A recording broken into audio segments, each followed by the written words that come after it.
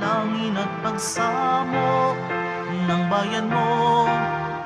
Viva poong Jesus Nazareno.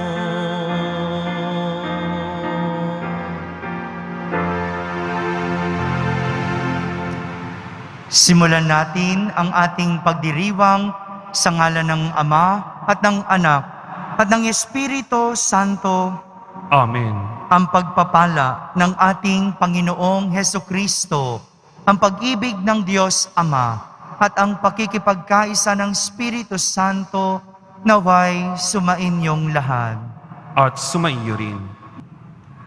Upang tayo'y maging marapat gumanap sa banal na pagdiriwang, aminin muna natin at pagsisihan ang ating mga kasalanan.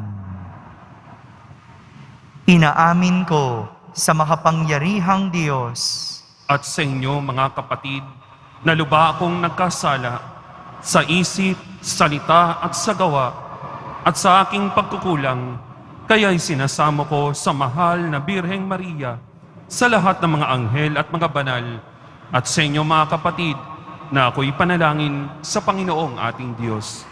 Kaawan tayo na makapangyarihang Diyos, patawarin tayo sa ating mga kasalanan at patnubayan tayo sa buhay na walang hanggan. Amen. Panginoon, kaawaan mo kami. Panginoon, kaawaan mo kami. Kristo, kaawaan mo kami. Kristo, kaawaan mo kami.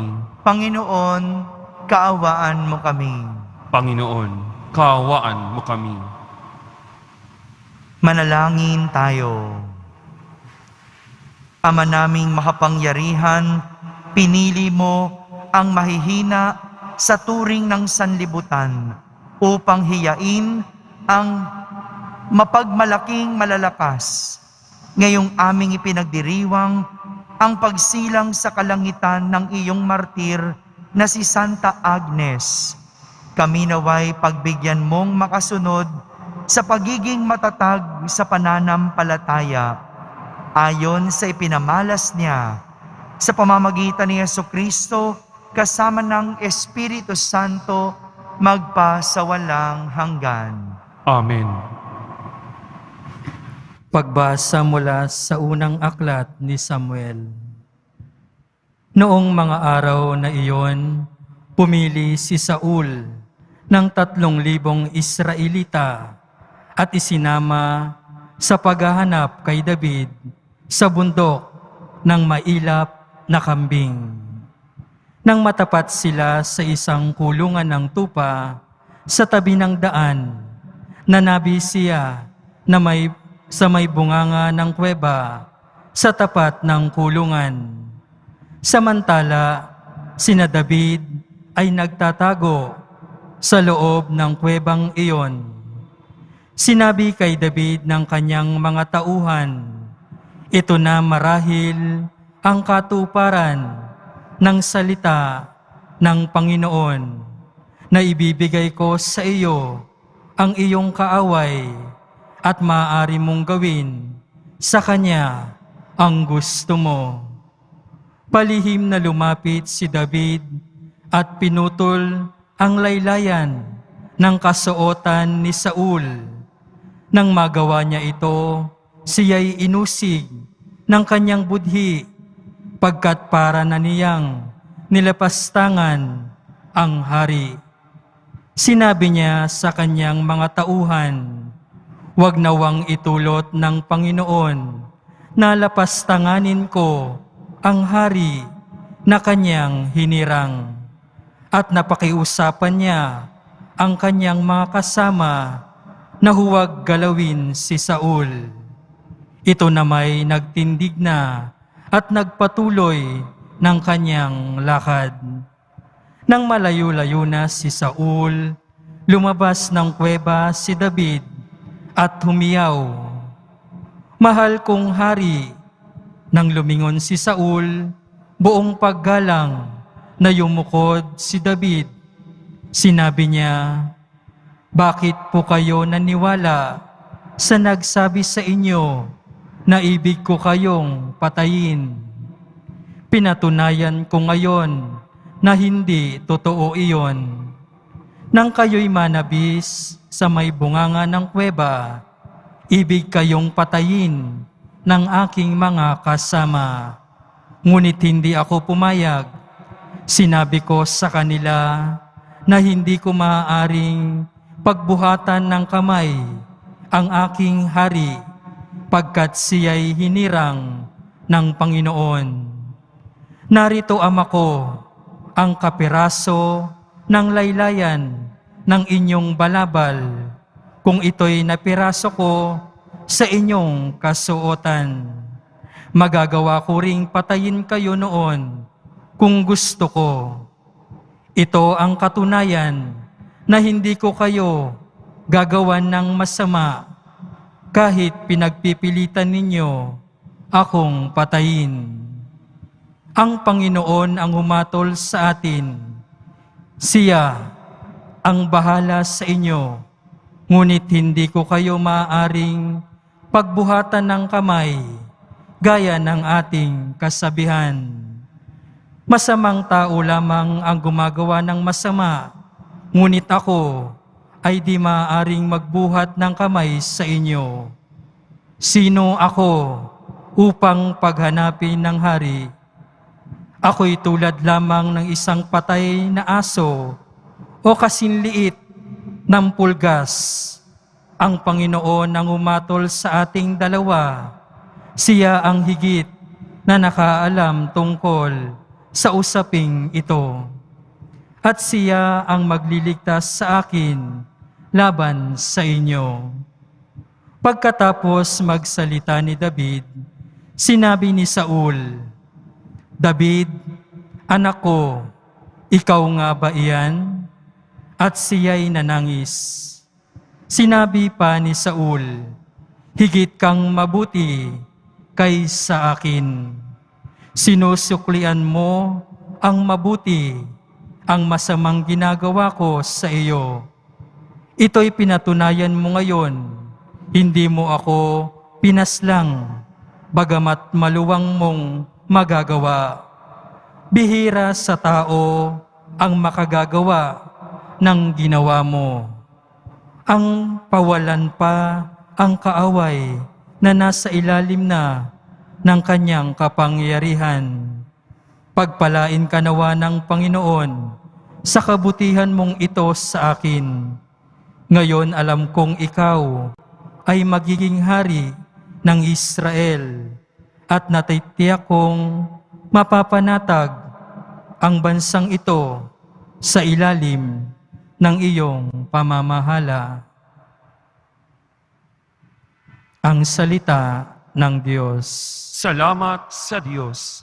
Poon kami kaawaan at lagi mong kahabagan.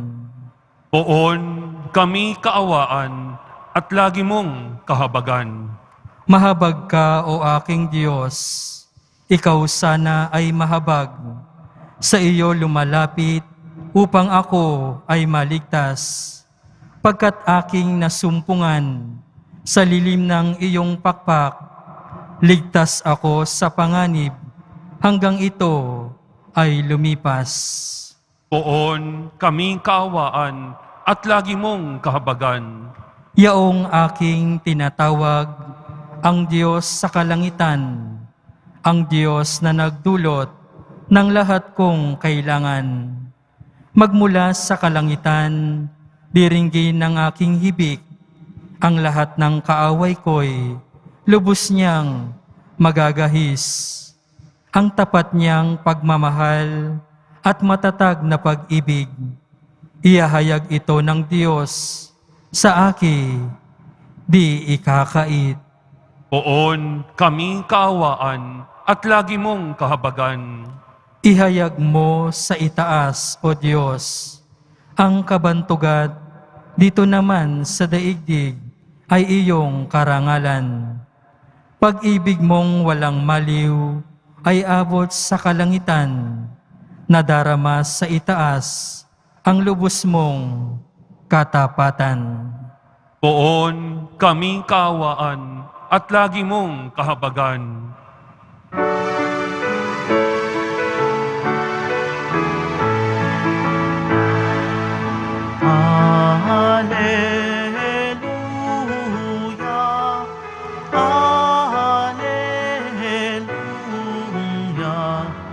Alleluia,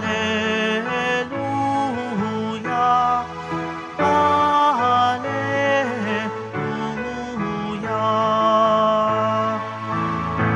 Pinagkasundo ni Kristo ang Diyos at mga tao, kaya't napatawad tayo. Alleluia,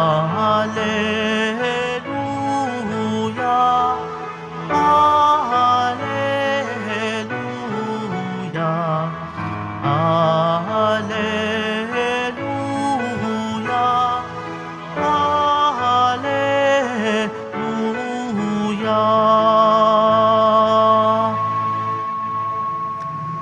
Sumainyo ang Panginoon. At sumaiyo rin. Ang mabuting balita ng Panginoon ayon kay San Marcos. Papuri sa iyo, Panginoon.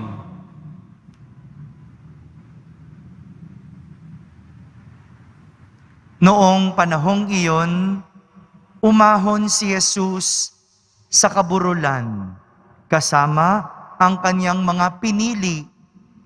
Humirang siya ng 12 na tinawag niyang mga apostol upang maging kasama niya, susuguing mangaral at bigyan ng kapangyarihang magpalayas ng mga demonyo.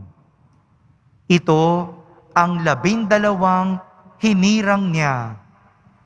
Si Simon na tinugurian niya ng Pedro, si Santiago at si Juan na mga anak ni Zebedeo. Sila'y tinagurian niyang Boanerges, na ibig sabihin mapupusok. Sina Andres, Felipe, Bartolome, Mateo, Santiago na anak ni Alfeo at Tadeo. Si Simon na makabayan at si Judas Iscariote na siyang nagkanulo sa kanya. Mga kapatid, ang mabuting balita ng Panginoon. Pinupuri ka namin, Panginoong Hesukristo. Isang magandang araw po sa inyong lahat. Mapagpalang araw ng Poong Jesus Nazareno. 2 bagay ang pwede nating matutunan sa ating mga pagbasa.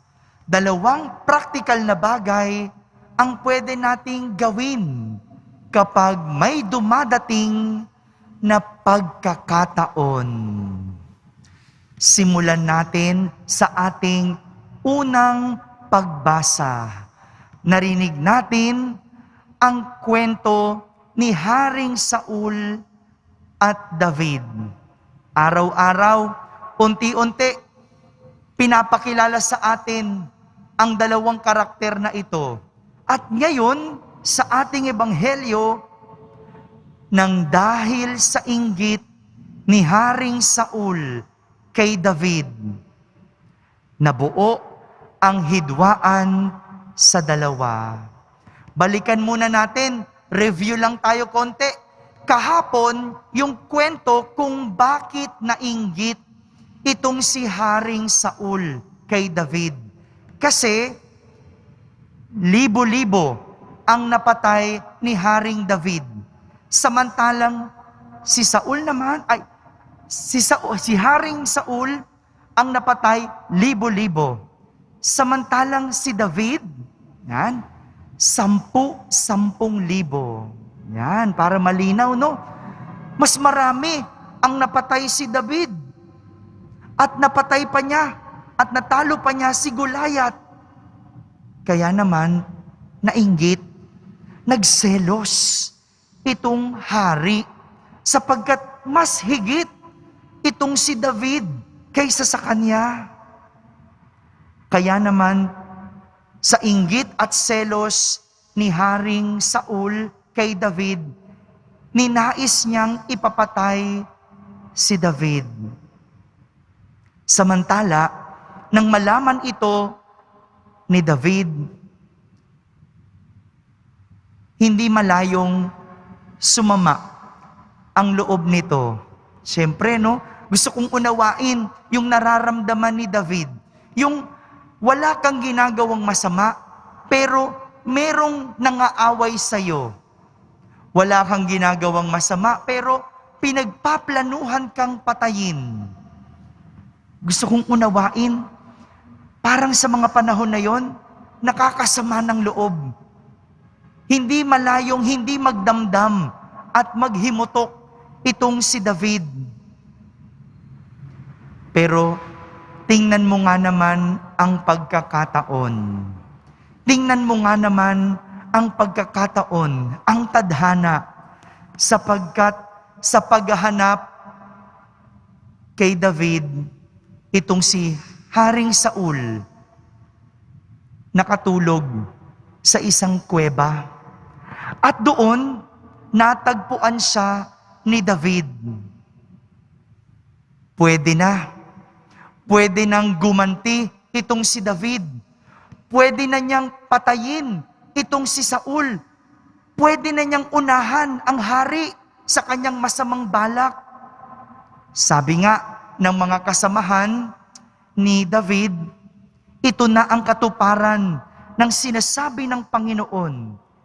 Ibibigay ko sa iyo ang iyong kaaway at maaari mong gawin sa kanya ang gusto mo. Magandang pagkakataon ito para unahan ni David si Saul sa kanyang balak. Pero hindi ganon ang nangyari. Kahit may nararamdamang mabigat sa puso ni David, kahit na mayroon siyang inis, hindi niya ito tinuloy sapagkat inusig siya ng kaniyang budhi at siya'y natauhan. Malinaw kay David ang kasabihang masamang tao lang ang gumagawa ng masama. Kaya't hinayaan niya ang Panginoon ang humatol sa kanila. Ipinagpasa Diyos niya, hinayaan niya ang Diyos na siyang humatol sa kanila. Ito yung kahangahangang katangian ni David. Hindi siya nagpadalos-dalos sa kanyang nararamdaman. Hindi siya nagpadala sa kanyang emosyon. Sa halip, pinakinggan niya ang kanyang budhi dahil naniwala siya na ang Panginoon ang bahalang humatol. May mga ganitong eksena sa ating buhay kung saan mataas din ang ating emosyon. Pwedeng ito ay dahil sa galit o kaya inggit. Pwede rin naman dahil tayo'y naasar o tayo'y nagselos. Kahit nga ang mga emosyong saya, galak at tuwa pwedeng makaapekto sa kung paano tayo mag-isip, kumilos at magdesisyon. Kaya naman, magandang matuto kay David dahil kahit alam niya na mayroong pagkakataon, pero mali ang kanyang nararamdaman, hindi siya nagpadalos-dalos ng kilos. Kahit may pagkakataon, dahil mali ang nararamdaman, hindi nagpadalos-dalos. At sa huli, ang lahat ay ipinagpas sa Diyos. Ganito ang pwede nating gawin kapag mayroong pagkakataong dumating sa atin. Huwag magpadalos-dalos. Kalmahin ang emosyon. Halimbawa, may pagkakataon na ikaw ay makapag-abroad. O, kalmahin mo muna yung iyong emosyon. Huwag ka kaagad natutuwa. Tingnan mo muna. Pakinggan mo munang maigi ang sinasabi ng iyong budhi para hindi maging mali ang iyong desisyon. O kaya naman, kung mayroong pagkakataon na makaganti sa kaaway, kalmahin mo muna ang iyong galit bago ka gumawa ng aksyon para sa huli, wala kang pagsisisihan. Iba naman ang nangyari sa mga alagad ni Jesus sa ating ebanghelyo. Ito yung pangalawang praktikal na itinuturo sa atin ng ating mga pagbasa. Nang dumating ang pagkakataon para sila ay maging alagad at tawagin ni Jesus, hindi sila nagpatumpik-tumpik. Sila'y nagpadalos-dalos dahil andoon ang pagkakataon na makasama nila ang Diyos. Ito yung tatalasan natin pag mayroong pagkakataong dumadating, ang malaman kung nandoon ang Diyos. Ito yung hahanapin natin sa lahat ng pagkakataon. Andon ba ang Diyos? Dahil kung andoon ang Diyos, hindi na mahalaga kung ano ang iyong madarama sapagkat Diyos na ang bahala. Dalawang praktikal na bagay ang pwede nating gawin sa bawat pagkakataong dumadating. Una, kalmahin ang emosyon at huwag magpadalos-dalos. Pangalawa, hanapin ang Diyos sa pagkakataon. Itong dalawang ito, kapag magagawa natin, sigurado, ano man ang mangyari, wala tayong pagsisisihan. Dahil alam natin, kasama natin ang Diyos sa lahat ng pagkakataon. Dalawa, huwag magpadalos-dalos, kalmahin ang emosyon, at hanapin ang Diyos sa lahat ng pagkakataon. Amen.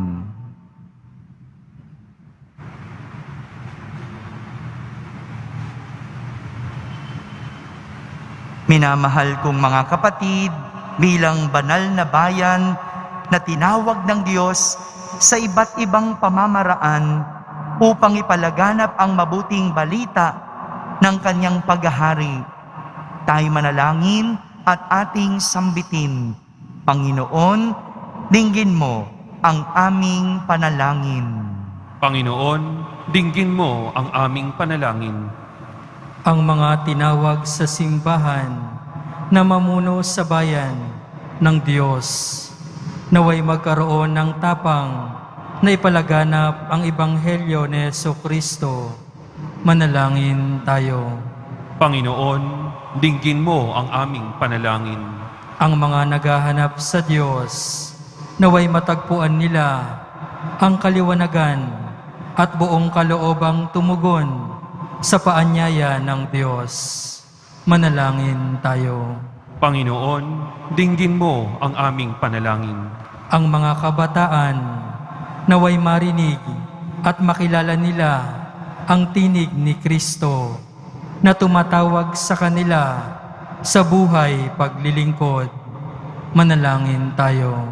Panginoon, dinggin mo ang aming panalangin. Ang mga may sakit naway tumanggap ng kasiyahan at lakas mula sa mga nag-aaruga sa kanila. Manalangin tayo. Panginoon, dinggin mo ang aming panalangin. Sa katahimikan, ating ilapit sa Diyos ang ating mga pansariling kahilingan.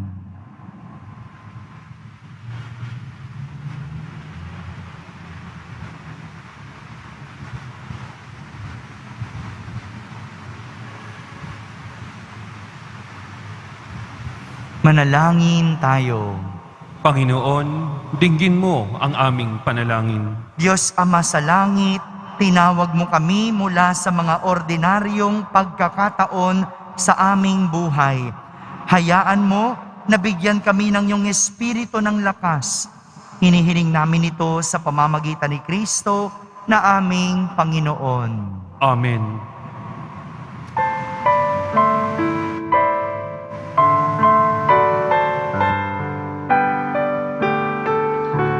Poong Jesus Nazareno, naririto kami sa harap mo. Alak at tinapay, alay namin sa'yo.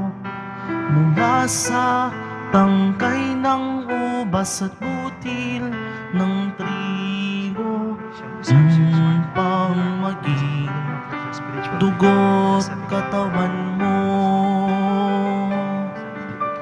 Jesus Nazareno, alak at tinapay, sa tanan ay nagbibigay buhay. Biyayang kaloob mo ay aming inaalay, aming hiling pagpapalat, buhay na dalisay. Manalangin kayo mga kapatid upang ang paghahain natin ay kalugdan ng Diyos Amang makapangyarihan. Tanggapin nawa ng Panginoon itong paghahain sa iyong mga kamay, sa kapurihan niya at karangalan, sa ating kapakinabangan at sa buong sambayanan niyang banal. Ama naming lumikha, ang mga alay na ito ay mapuspos nawa ng iyong pagpapala at patatagin mo kami sa pananampalataya na pinanghawakan ni Santa Agnes hanggang dumanak ang dugo niya sa pamamagitan ni Jesucristo kasama ng Espiritu Santo magpasawalang hanggan. Amen. Sumainyo ang Panginoon. At sumaiyo rin. Itaas sa Diyos ang inyong puso at diwa. Itinasa namin sa Panginoon. Pasalamatan natin ang Panginoong ating Diyos. Marapat na siya ay pasalamatan. Ama naming makapangyarihan, tunay ngang marapat na ikaw ay aming pasalamatan. Ngayong aming kagalakan na si Santa Agnes ay parangalan. Siya'y kapanalig naming may paninindigan na ikaw ay ipahayag kahit siya'y mamatay, sapagkat minarapat mong kanyang matularan ang iyong anak na naghain ng sariling buhay. Tulad ng naganap sa iyong anak, ang dugo ng mga martir ay dumanak, hindi dahil sa katatagang likas, kundi dahil sa iyong bigay na lakas.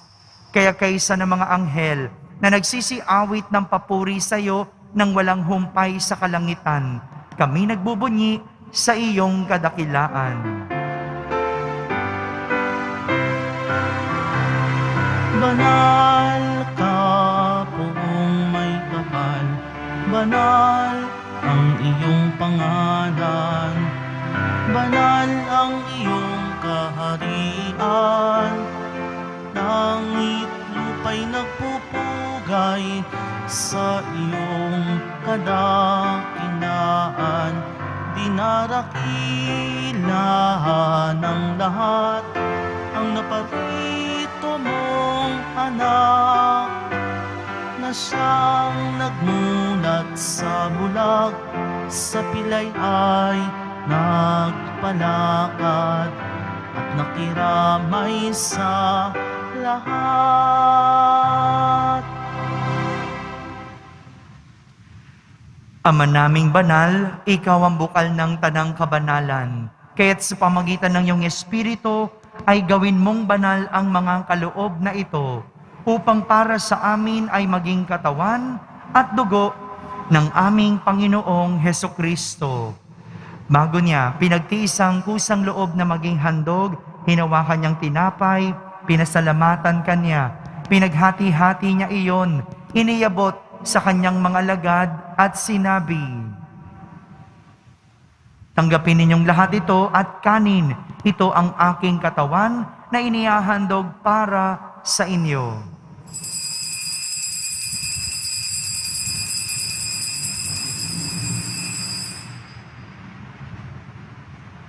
Gayon din naman, nung matapos ang hapunan, hinawakan niyang kalis, muli kanyang pinasalamatan.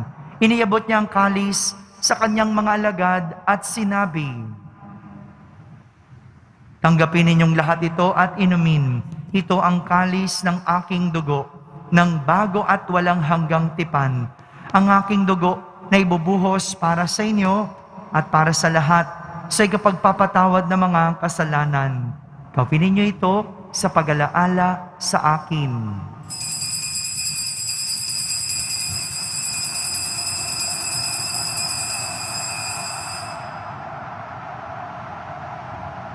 Ipagbunyi natin ang misteryo ng pananampalataya. Si Kristo ay gunitain, sarili ay inihain, bilang pagkait inumin, pinagsasaluhan natin hanggang sa siya'y dumating. Ama, ginagawa namin ngayon ang pag-alaala sa pagkamatay at muling pagkabuhay ng iyong anak. Kaya't inaalay namin sa iyo ang tinapay na nagbibigay buhay at ang kalis na nagkakaloob ng kaligtasan.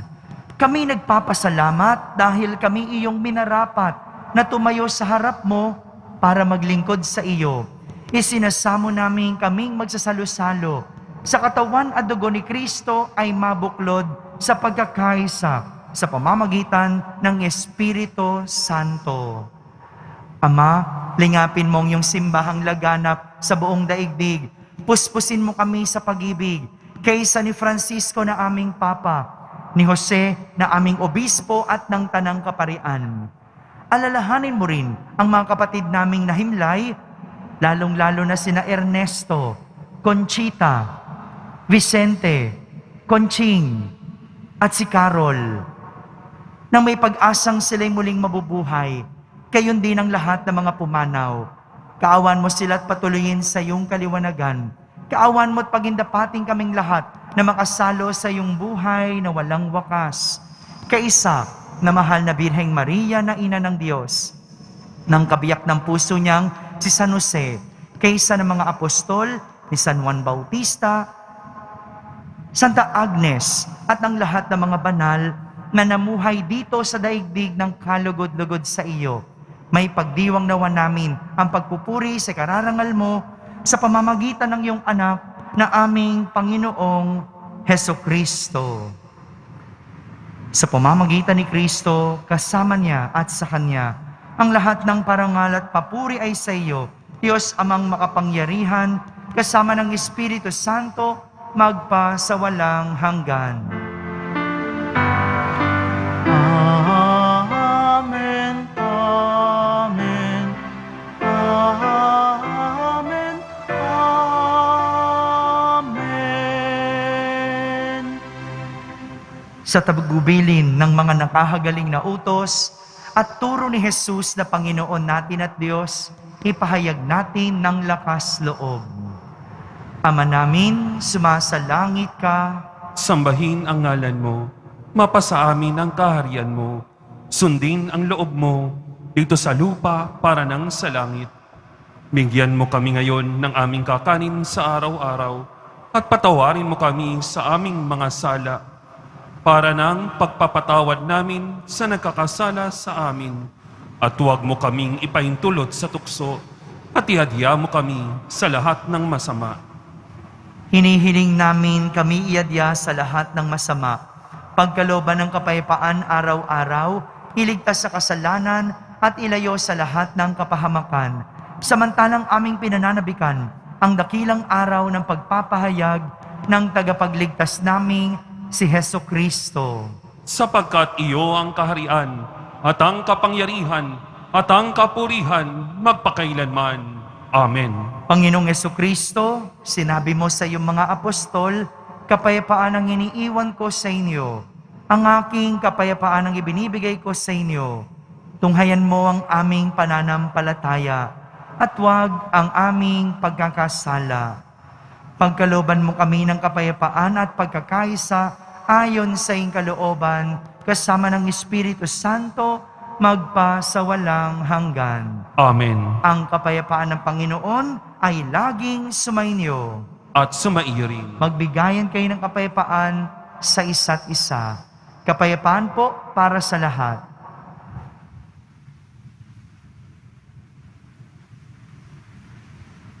Kordero ng Diyos, na nag-aalis ng mga kasalanan ng sanlibutan, maawa ka sa amin. Kordero ng Diyos, na nag-aalis ng mga kasalanan ng sanlibutan, maawa ka sa amin.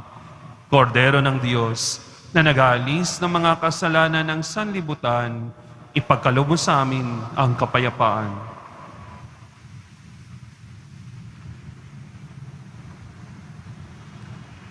Ito ang kordero ng Diyos. Itong nag-aalis ng mga kasalanan ng sanlibutan. Mapalad ang mga inaaniyahan sa kanyang piging. Panginoon, hindi ako karapat-dapat na magpatuloy sa iyo, ngunit sa isang salita mo lamang ay gagaling na ako.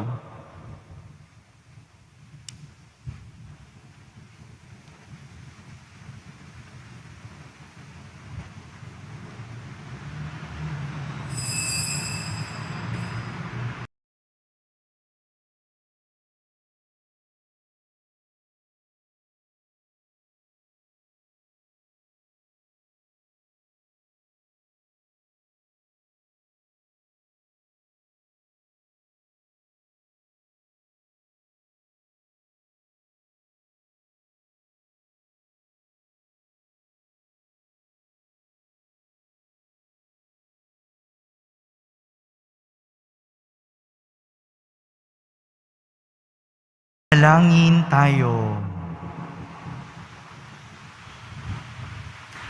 Ama naming mapagmahal, pagkatanggap namin sa banal na pakikinabang, hinihiling namin sa pagtulad namin sa katatagan ni Santa Agnes, kami naway pagindapating magkamit ng gantimpalang walang maliw para sa pananatiling matapat sa pamamagitan ni Jesucristo kasama ng Espiritu Santo magpa sa walang hanggan.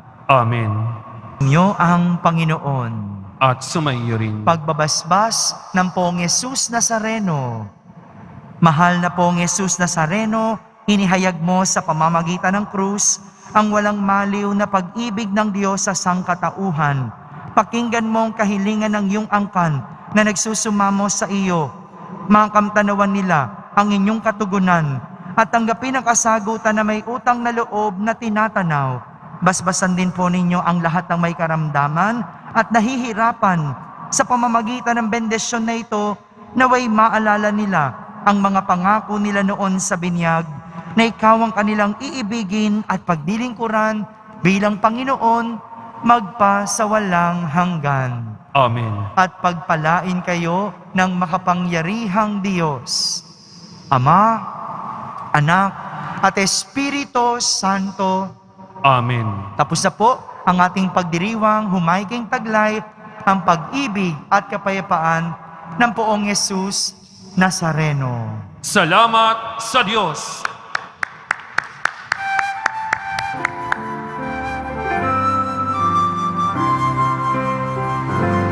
Nuestro Padre Jesus Nazareno, sinasamba ka namin.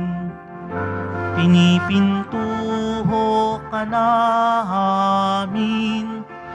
Aral mo ang aming buhay at kaligtasan. Nuestro Padre Jesus Nazareno, iligtas mo kami sa kasalanan. Ang krus mong kinamatayan ay sagisag ng aming kaligtasan. Nuestro Padre Jesus Nazareno, dinarangal ka namin. Nuestro Padre Jesus Nazareno, nilulwalhati ka namin. Nuestro Padre Jesus Nazareno, dinarangal ka namin. Nuestro Padre Jesus Nazareno, nilulwalhati ka namin.